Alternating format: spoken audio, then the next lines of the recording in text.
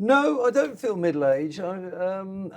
I think technically I'm probably beyond the centre of my life, as it were, because, you know, although people naturally live a lot longer now than they did. And you've had an afternoon nap. And I have had an afternoon nap today, which would indicate that I am middle-aged. But I think this is one of the things, you know, perhaps you get wiser and you feel that you know who you are and how to behave a bit better. But really, being middle-aged is a state of mind. Do you agree with that, Denise?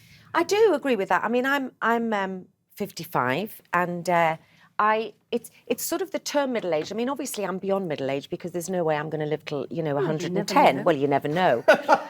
No chance. No chance. I mean, no, because of my past. I've grown up a little bit. I've grown up a little bit. Yeah, we know each other of old. But yes. So no, I love this age. It's when although I'm 55 and as I say, I feel fine. And people are living longer because of living a healthier lifestyle. But if I'm reading a newspaper and I see sort of, you know, Doris Metcalf, 55, automatically I think of someone of my granny's age, you know what I mean? And then I realise that that's my age.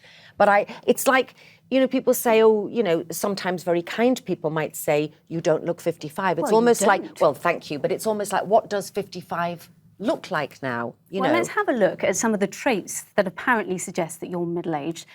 You've ticked box number 1, enjoying an afternoon nap. Yep. Grown when you bend down, prefer a quiet night in rather than going out. Yep. Buying travel suites for car journeys, guilty. Yep. Taking a flask of tea on day trips and thinking police, teachers and doctors look younger and younger.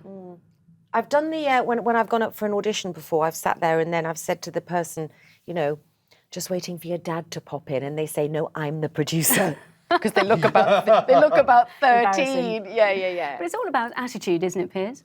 It's all about attitude. You know, if you sort of take on board your actual age and start acting it and wearing fuddy-duddy clothes, you know, then you're basically preparing yourself for the end of your life. And what you must do is rail against the fading of the light, and you know, make special effort to do things which keep you young and keep you looking young and feeling young. Obviously, like marry a 40-year-old like I've done. Well, I married a woman 14 years younger than me 2 years ago, and that's been good for me. She's keeping you young. She's keeping me young. She's not keeping my bank account particularly healthy, but keeping me healthy. There are various things you can do to counteract the physical inevitability of growing older, and keeping the mind young, I think, keeps the body young as well. Absolutely. Yes, it does. Well, we've had lots of messages, as you can imagine. Graham Ash says, saying things I thought I'd never say to my children and wearing clothes I never thought I would wear makes me feel middle-aged.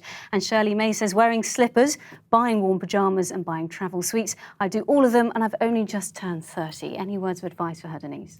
Well, I mean, the thing is, I was wearing comfy, you know, flannelette pyjamas at that age, but I was wearing them to go out. Yeah, that's the problem. I mean, yeah, as I say, I think I've grown up a lot, but I don't feel that I've grown old yet.